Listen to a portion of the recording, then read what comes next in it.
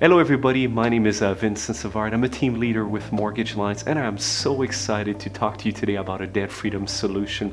I'm going to show you today how an example on how we can help a family take their mortgage and all the consumer debt, put it all together to pay off the debt years sooner and save a huge amount of interest, which is going to help the family like yourself get so much peace and financial peace of mind. So the thing is, I'm going to show you how we can help a family in this example on how to free up, hundred, even thousands of dollars per month, so that we have more cash flow for the family to set money aside, so that they're in position to have money for emergency, like for car and a house, which I have a video that I'm going to talk a little bit later on, and also for desire that you may have, so that you don't have to use any revolving debt like credit card and line of credit. Wouldn't it be awesome to be debt free sooner, to be on track to save a bunch of money in interest, and to know that you're going to stay out of debt? So stick with me for another 2-3 minutes. I'm going to share with you an amazing example on how we're able to do that. Let me ask you a question. Would you like to have financial peace? Would you like to be on track to be debt free? And would you love the idea to have a written plan so that you can achieve your goal for you and your family? If yes, let me give you an example on how we're actually able to help family achieve this goal. So what I want to do right now is I want to take you through an example on how we're helping families achieve that. Now your situation might be a little bit different, but the concept works every time. So the first thing is, let's look at somebody that have a mortgage for $200,000 per example. They pay 2.4% on their mortgage and their monthly payment is $1,050 per month. Also, most family have a couple credit card, line of credit, and car loan.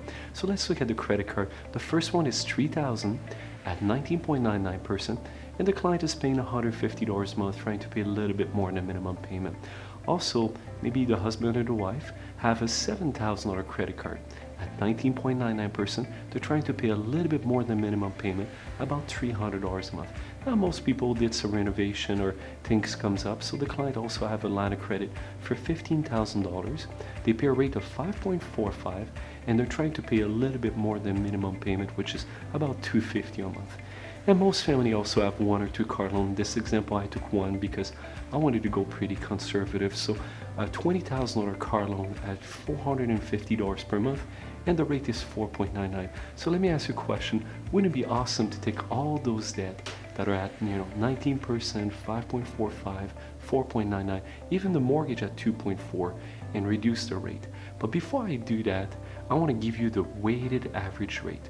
Now the weighted average rate is taking consideration the loan balance and the interest rate average, because a lot of people focus on their mortgage interest rate, but the thing is, in this example, when you look at the average weighted rate, it's really 3.51% when you look at the car loan, the line of credit, and the credit card. So most people don't look at that in detail, so I just wanted to cover that with you. So wouldn't it be awesome to go in from an average rate of, let's say, 3.51 to, in this example, a 5-year fix at 2.39.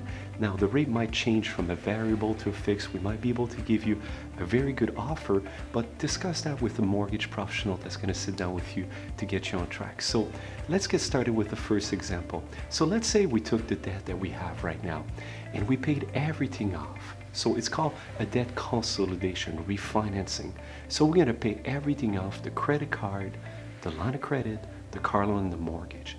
And we're going to put all those debt together into one mortgage, and we're going to reduce the rate. Does that make sense, guys? So don't forget, in this example, we have to take in consideration that the client may break their mortgage, so there is penalty to do that. And also, 90% of the time, there's going to be an appraisal need to be happening, and there's lawyer fee to re-register the property and the deeds. So here's the thing, guys.